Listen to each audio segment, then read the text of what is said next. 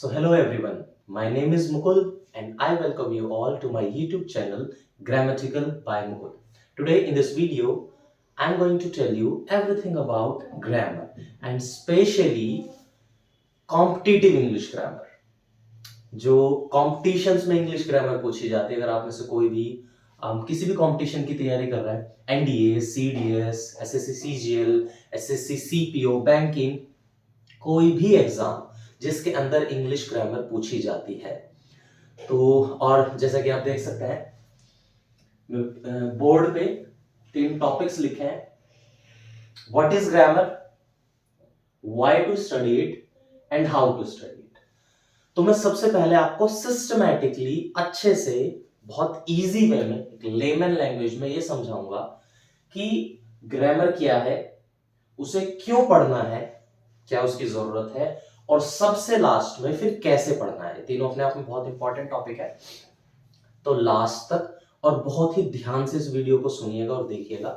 और मैं बहुत बेसिक से आपको सारी चीजें बताऊंगा, और आप किसी भी मीडियम से, Hindi medium, English medium, ICSC से हो चाहे आपको अच्छे से सब कुछ एकदम कंटेंट सारा समझ में आएगा। बस आप ध्यान से देखिएगा और इस वीडियो को सुनिएगा। Okay, so what is grammar? Grammar means व्याकरण। तो इसकी डेफिनेशन क्या है, ग्रामर है क्या आखिर में?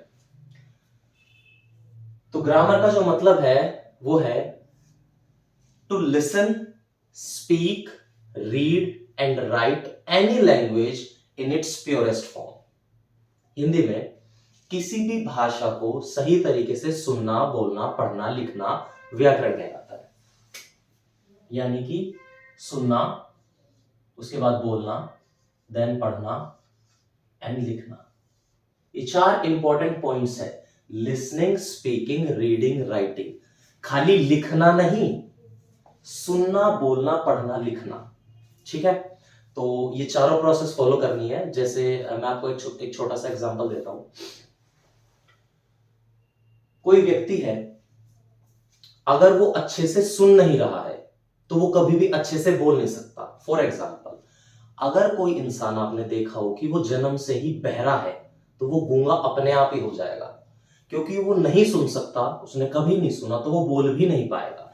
ऐसे ही एग्जाम के अंदर आपकी जो है राइटिंग का टेस्ट होता है कि आप लिखेंगे, टिक लगाएंगे, एसेज लिखेंगे, बट लिखने से पहले क्या प्रोसेस आती है? रीडिंग। अगर आपने वो देखा ही नहीं, वो चीज आपने कभी पढ़ी नहीं, तो आप इसको लिख भी नहीं सकते। तो बेसिकली आपकी आंखों का टेस्ट होता है टेस्ट के अंदर। ओके, सो लिसनिंग, स्पीकिंग, रीडिंग, राइटिंग, चारों चीजें बहुत इंपॉर्टेंट है। एकदम राइटिंग पे नहीं कूदना, बहुत ध्यान से सुनना है, बोलना है, पढ़ना है, लिखना है। ठीक है, स्टार्टिंग में एकदम पैदा होती मरने पे नहीं जाना, धीरे धीरे से चलना है। ओके, सो ग्रामर हुआ। अब जब हम समझ गए कि भाषा जो है वो सुनना, बोलना, पढ़ना, लिखना, और एक पॉइंट और है कि इंग्लिश जो है अपने आप में is not only a subject, it's a language. English एक भाषा है, सब्जेक्ट वो बाद में है। तो भाषा जो होती है, भाषा होती है दो व्यक्तियों के बीच में भाव को व्यक्त करने की, भाव को अभिव्यक्त करने की कला, उसको भाषा बोलते हैं। ठीक है, तो अब दूसरे पॉइंट पे आते हैं कि अब हमें ये क्यों पढ़नी है। तो जैसे मैंने आपको स्टार्टिंग में बताया कि अगर आप किसी कॉम्पिटिटिव एग्जाम की प्रिपरेशन कर रहे हैं, तो किसी भी कॉम्पिटिटिव एग्जाम को आप उठा लीजिए, इंग्लिश ऑलमोस्ट, कुछ स्टेट्स लेवल को अगर हम छोड़ दें तो इंग्लिश ऑलमोस्ट हर एग्जाम में मैंडेटरी है, और कुछ एग्जाम्स में तो वो बहुत ही ज्यादा आती है। इवन आप अगर जैसे देखेंगे एसएससी सीपीओ में पेपर 2 200 नंबर का कंप्लीट इंग्लिश ग्रामर पे डिपेंड करता है। अगर आपकी ग्रामर अच्छी नहीं है तो you can not clear that exam. So English is very important. दूसरा, पहले पेपर को अगर आप क्लियर कर लेते हैं, जैसे ऑब्जेक्टिव टाइप को आप क्लियर कर लेते हैं, तो बहुत से पेपर में बाद में फिर सब्जेक्टिव आता है। जैसे सीएपीएफ असिस्टेंट कमांडेंट में और सीजीएल में क्या है कि आपको सब्जेक्टिव, एसे राइटिंग, प्रेसी राइटिंग, ये सब चीजें आपको मतलब लिखना होता है। तो उसमें भी आपकी इंग्लिश, आपका इंग्लिश की नॉलेज और आपकी ग्रामर की नॉलेज बहुत जरूरी होती है। तो आपको ये पढ़नी ही पढ़नी है। और दूसरा, मैं आपको एक और चीज बता दूं कि लैंग्वेज के 2 एस्पेक्ट है, एक तो स्पोकन है, ग्रामर। ओके, तो spoken is all together different from grammar. Spoken है आम बोलचाल की भाषा, उसमें ज्यादा चीजें आपको कहाँ पे क्या लगाना है, कैसे यूज करना है, ग्रामर की ज्यादा जरूरत नहीं पड़ती उसमें। स्पोकन आप मतलब नॉर्मली बोल रहे हैं जो भाषा, थोड़ा बहुत चलता है उसमें, बट इतना ज्यादा ध्यान ग्रामर पे नहीं दिया जाता। बट ग्रामर के अंदर जो होती है, आपको चीजें प्रिसाइजली पता होनी चाहिए, कब कहां पे क्या आएगा, इसी से क्वेश्चन बनते हैं आपके। ठीक है, तो ये 2 पॉइंट हो गए उसके। दूसरी बात, जब आपको पता लगे कि भैया आपको ग्रामर पढ़नी है, और अगर तीसरा स्टेप इसमें एक और पॉइंट ऐड हो सकता है कि उसके बाद में जब इंटरव्यूज होते हैं बहुत सारे एग्जाम्स में, एनडीए में, सीडीएस में और एफकेट वगैरह में, यूपीएससी लेवल पे भी इंटरव्यूज होते हैं। इंटरव्यूज के अंदर भी आपका जो आपकी लैंग्वेज है उस पर कमांड होना, स्पेशली इंग्लिश पे कमांड होना इज वेरी नेसेसरी। आपको बहुत अच्छे से लैंग्वेज आनी चाहिए। अगर आप नहीं है उस लैंग्वेज में मतलब कंफर्टेबल, तो आपको बहुत लास्ट में प्रॉब्लम आएगी आएगी। तो आप अगर देखें आपके जीवन में हर जगह, अगर आप सरकारी नौकरी नहीं भी करते हैं, प्राइवेट में भी जाते हैं, वहां भी आपको इंटरव्यूज वगैरह देना है, तो उसमें आपकी लैंग्वेज इंग्लिश पे कमांड होनी चाहिए, आपको इंग्लिश अच्छे से आनी चाहिए। तो ये हो गया इसका सेकंड पॉइंट का आंसर, व्हाई टू स्टडी, क्यों जरूरी है। ओके, देन फिर तीसरा मोस्ट इंपॉर्टेंट पॉइंट आता है कि हाउ टू स्टडी इट, भाषा को पढ़ें कैसे। अब जैसे बहुत सारे आप देखते होंगे, बहुत सारे टीचर हैं बताते हैं कि इसमें rule number 122, rule number 132, this and that, बहुत सारे आपको नियम, कॉन्सेप्ट, कंटेक्स्ट में उलझा देते हैं बुरी तरीके से। तो एक्चुअली जैसे मैंने आपको बताया कि भाषा सिर्फ रूल रेगुलेशंस इन सब चीज से नहीं बनी। Okay, rules regulations are indicating towards language, rules are not language. ठीक है, ये भाषा की तरफ एक तरीके से इशारा करते हैं, भाषा नहीं है नियम कानून। तो भाषा को पढ़ने का सबसे अच्छा तरीका है कि आप इसको पढ़ें, मतलब आपके लाइफ में जो सिचुएशंस होती हैं, सिचुएशन के बेसिस पे आप जैसे सिचुएशन में डलते हैं, उस सिचुएशन के अकॉर्डिंग आपको रिएक्ट करना होता है, तो उससे भाषा का जन्म भी उसी चीज से होता है।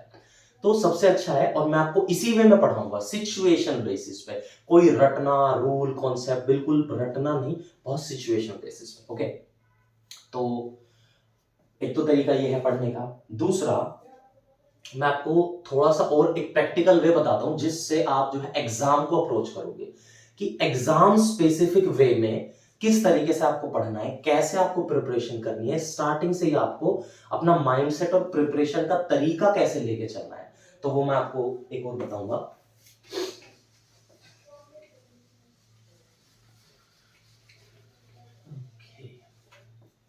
तो किसी भी लैंग्वेज में, जैसे खासकर इंग्लिश में, 2 एस्पेक्ट होते हैं।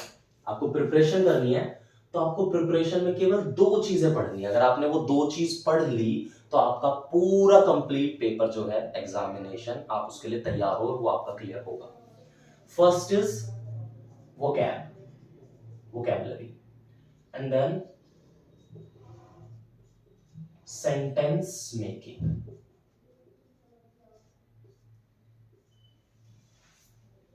ये 2 पॉइंट। अब इसमें से जो पहला वाला है वोकैबुलरी, नॉर्मली जो लोग होते हैं वोकैबुलरी को फॉर ग्रांटेड लेते हैं। आप कोई भी पेपर उठा के देखो, कोई भी पेपर उठाओ, खासकर अगर आप डिफेंस की तरफ थोड़ा जाते हो, एनडीए सीडीएस में, आपको वहां पे डायरेक्टली 15 से 20 क्वेश्चन डायरेक्टली वोकैबुलरी के आते हैं, antonym synonym directly. Although comprehension passage में और बहुत सारी जगह भी आपको वोकैबुलरी पूछ लेते हैं वो लोग, बट 20 क्वेश्चंस डायरेक्टली वोकैबुलरी के आते हैं। और ये वोकैबुलरी वो नहीं है आना कम जाना गो बैठना सिट, एक स्टैंडर्ड वोकैबुलरी, एक कंपटीशन क्रिएट करने के लिए जो वोकैबुलरी होती है, जो आम बोलचाल की भाषा में आपको इतनी ज्यादा नहीं सुनने को मिलेगी, वो वोकैबुलरी, वो ऐसे अच्छे वर्ड्स जिससे कंपटीशन क्रिएट होता है, वो वर्ड्स पूछे जाते हैं। और अगर आप उन वर्ड्स को फॉर ग्रांटेड लोगे, आप उनकी प्रिपरेशन नहीं करोगे, सोचोगे ग्रामर, खाली ग्रामर के sentence making, comprehension, error finding, ये सब चीजें पढ़ लेते हैं, वो कैब पे आप ध्यान नहीं दोगे, तो उससे बहुत ज्यादा नुकसान है। पेपर क्लियर होने के चांसेस ऑलमोस्ट ना के बराबर हो जाते हैं, क्योंकि आज के टाइम में कंपटीशन बहुत ज्यादा है। ठीक है, तो वोकैबुलरी। दूसरा, वोकैबुलरी क्यों इंपॉर्टेंट है, क्योंकि वोकैबुलरी अगर आपकी स्ट्रॉन्ग नहीं होगी तो सेंटेंस मेकिंग भी नहीं हो पाएगी। क्यों? जैसे एक लैंग्वेज है, लैंग्वेज में सबसे छोटी इकाई क्या होती है? एक alphabet, A B C D. Alphabet से मिलकर बनता है, कई सारे अल्फाबेट से मिलकर बनता है वर्ड, और वर्ड से मिलकर फिर बनता है सेंटेंस। वोकैबुलरी वर्ड्स है और सेंटेंस मेकिंग यानी कि पूरा कंप्लीट सेंटेंस। अब वोकैबुलरी जो वर्ड्स हैं उसी से मिलके सेंटेंस मेकिंग बनता है, और यही दोनों से क्यों पूरी तैयारी होगी, क्योंकि आप देखो कॉम्प्रीहेंशन पैसेज क्या है, वो सेंटेंस मेकिंग ही तो है। पूरा सेंटेंस लिखा है, 8 10 20 लाइन का पूरा पैसेज लिखा है, वो आपको बताना है। एरर फाइंडिंग्स क्या सेंटेंस मेकिंग ही तो है, पूरा सेंटेंस है, उसमें आपको बीच में बताना है क्या एरर है। और उसके बाद आप देखते हैं क्लोज टेस्ट, देखते हैं आप फिल इन द ब्लैंक्स, देखते हैं फिल इन द ब्लैंक्स क्या है, वोकैबुलरी और सेंटेंस मेकिंग, और एंटोनियम्स सिनोनिम्स तो है वोकैबुलरी। तो यानी कि जब तक आपकी वोकैब अच्छी नहीं होगी तो आपकी सेंटेंस मेकिंग भी नहीं होगी, और वोकैब और सेंटेंस मेकिंग मिला के ही तो पूरा पेपर तैयार किया जाता है। अगर आप न्यूज़पेपर उठाओ, द हिंदू न्यूज़पेपर, वो पूरा न्यूज़पेपर क्या है, पूरे न्यूज़पेपर में वोकैब्स और सेंटेंसेस है, वोकैबुलरी सेंटेंसेस। आप अगर कभी पेपर को अटकते हो पढ़ते हुए तो उसमें काहे में अटकते हो, वोकैबुलरी में अटकते हो, सेंटेंस में। कोई वोकैबुलरी समझ में नहीं आ रही या कोई सेंटेंस क्या बोल रहा है वो समझ में नहीं आ रहा, एग्जैक्टली एग्जाम के अंदर भी होता है। ठीक है। दूसरा, अब वोकैबुलरी और सेंटेंस मेकिंग से मैं आपको एक छोटा सा एक एग्जांपल भी दूंगा अभी, जिससे आपको समझ में आएगा कि क्या इंपॉर्टेंस है वोकैबुलरी और सेंटेंस मेकिंग की प्रैक्टिकली। ठीक है। दूसरा, कोई भी एग्जामिनर जब एग्जाम पेपर सेट करता है तो वो क्या काम करता है, सुबह सुबह आराम से चाय पीता है, चाय पीते पीते साथ में अखबार पढ़ता है, द हिंदू, इंडियन एक्सप्रेस, कोई भी इंग्लिश का न्यूज़पेपर, और उसमें से वो वोकैबुलरी छांट छांट के एग्जाम में आके डाल देता है, कंपटीशन क्रिएट करने के लिए। ऐसे तो कंपटीशन क्रिएट होता है, ऐसे थोड़ी क्रिएट हो जाएगा कंपटीशन की कुछ भी उसने इजी इजी से वर्ड डाल दिए, डिफिकल्ट हार्ड, ऐसे तो नहीं होगा। वो एक स्टैंडर्ड वर्ड्स लेंगे जो नॉर्मल सबको नहीं पता, जिसने अच्छी तैयारी करी है उसी को पता है। ठीक है। तो अभी मैं आपको एक एग्जांपल से शो करूंगा कि why vocab and sentence making is so important. Okay, so मैं एक सेंटेंस लिखवाऊंगा, आप लोग भी साथ में लिख सकते हैं उस सेंटेंस को, और ध्यान रखना साथ में सुनना, बोलना, पढ़ना, लिखना, ये चारों काम, लिसनिंग, स्पीकिंग, रीडिंग और राइटिंग। जैसे ही मैं यहां से कुछ आपको बोल रहा हूं तुरंत आपको उसे अपने वहां से बोलना है। ठीक है। और बोलने के बाद फिर उसको पढ़ना है, देन उसको लिखना है, सीधा लिखने पे नहीं जंप करना। ओके, ठीक है। तो एक सेंटेंस में लिखवाऊंगा, उसे लिखेंगे, Mohan is a voracious boy, but nowadays he gives imprimatur to the mephitic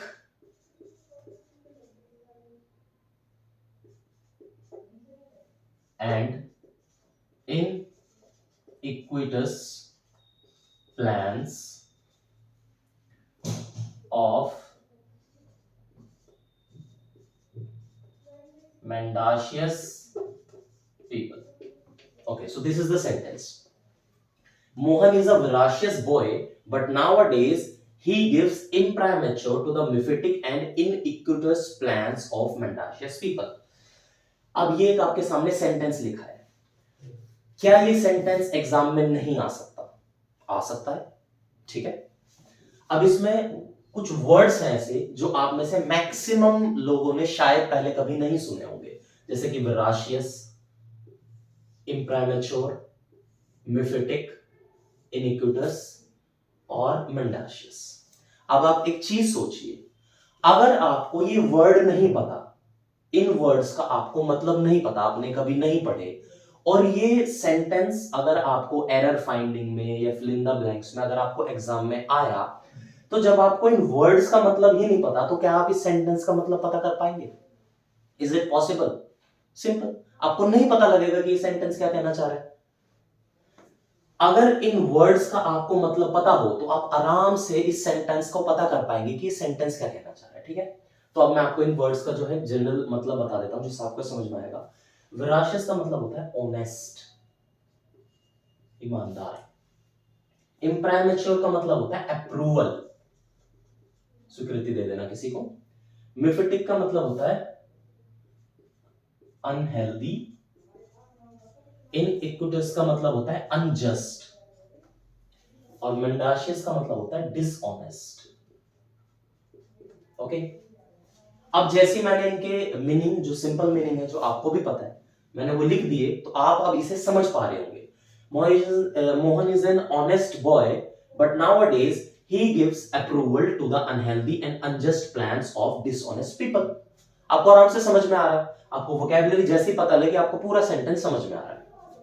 अब देखिए इस सेंटेंस में अगर एरर फाइंडिंग आ जाए, एक सेकंड,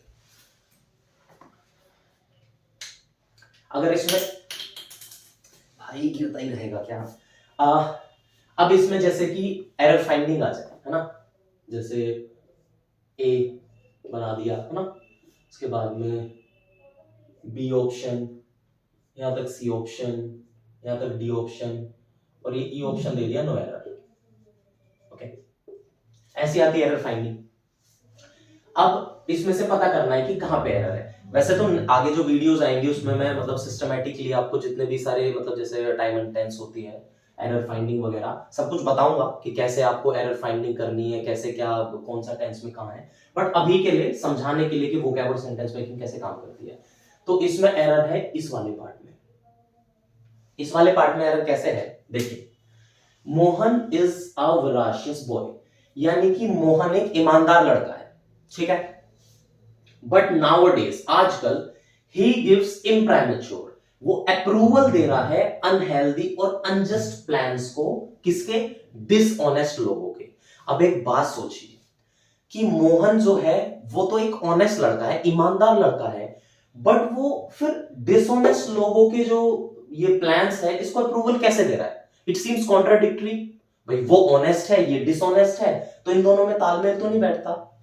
तो पॉइंट इज, कभी भी एक कोई ऐसा स्टेटमेंट आए जिसमें व्यक्ति का क्या स्वभाव, व्यक्ति का स्वभाव आपको चेंज होता दिखे, जैसे इसमें मोहन का स्वभाव क्या है, ऑनेस्ट, मोहन एक ऑनेस्ट ईमानदार लड़का है, बट वो अप्रूवल किसे दे रहा है, डिसऑनेस्ट व्यक्ति को। यानी जब आपके स्वभाव से विपरीत दिशा में काम हो, आप हो ऑनेस्ट बट काम डिसऑनेस्ट वाले कर रहे हो, तो ऐसे केसेस में जो यूज करते हैं हम कॉन्टिन्यूअस टेंस यूज करते हैं। ही गिव्स की जगह आएगा ही इज गिविंग। भाई वो आजकल दे रहा है, वैसे तो वो ऑनेस्ट है बट वो आजकल पता नहीं क्यों ऐसे लोगों को अप्रूवल दे रहा है, तो यहां पे एरर आएगा, यहां पे गिविंग आएगा। ओके, तो यहां पे आप देख सकते हैं कि वोकैब की क्या इंपॉर्टेंस है। देखिए वोकैब जो है, वोकैब आपके एक तरीके से बिल्डिंग ब्लॉक्स, ईंटों की तरह है। सेंटेंस मेकिंग आपका पूरा मकान है, ठीक है, आपको दोनों चाहिए, आपको ईंट भी चाहिए और फिर ईंट से मकान भी आपको बनाना है। ऐसा नहीं कि आपके पास ईंटें पड़ी हैं आप उसे सिर में मार रहे हो, उसका कोई मतलब नहीं। खाली वोकैब वोकैब रटे जा रहे हो बट आपको उनसे सेंटेंस फ्रेम करना नहीं आ रहा, तो this is completely useless. Okay, तो आपको वोकैब्स भी पता होने चाहिए, एट द सेम टाइम आपको सेंटेंस कैसे फ्रेम करने हैं उनसे वो भी होना चाहिए। अगर आपको ये दो मेथड आ गए, आपने सीख लिए, तो आप कोई भी हो, कॉम्प्रिहेंशन पैसेज हो, error finding, antonym synonym, fill in the blanks, कुछ भी हो, आप इजीली उसको टैकल कर लोगे। ठीक है, मेक सेंस। तो इसीलिए, और मेरा पढ़ाने का तरीका भी यही होगा, मैं जो सेंटेंस मेकिंग बताऊंगा उसके साथ साथ में आपको ऐसे वर्ड्स बताऊंगा जो एग्जाम में फ्रीक्वेंटली पूछे जाते हैं। दूसरा, आने वाले टाइम में मैं वोकैब सीरीज भी शुरू करूंगा जिसमें वोकैब्स होंगी जो बहुत सारे गवर्नमेंट एग्जाम्स हैं, एनडीए, सीडीएस के, सीपीओ के, एसआई के, जिसमें ऐसी वोकैब्स जो प्रीवियस ईयर में पूछी गई हैं, अब भी पूछी जाती है और आगे भी पूछी जाएंगी, जो the Hindu, Indian express, in newspapers में फ्रीक्वेंटली आती है। अब यह तो एक वे है कि जो मैं आपको वोकैब्स पढ़ा रहा हूं, बता रहा हूं, वो आप देख के सीख लो।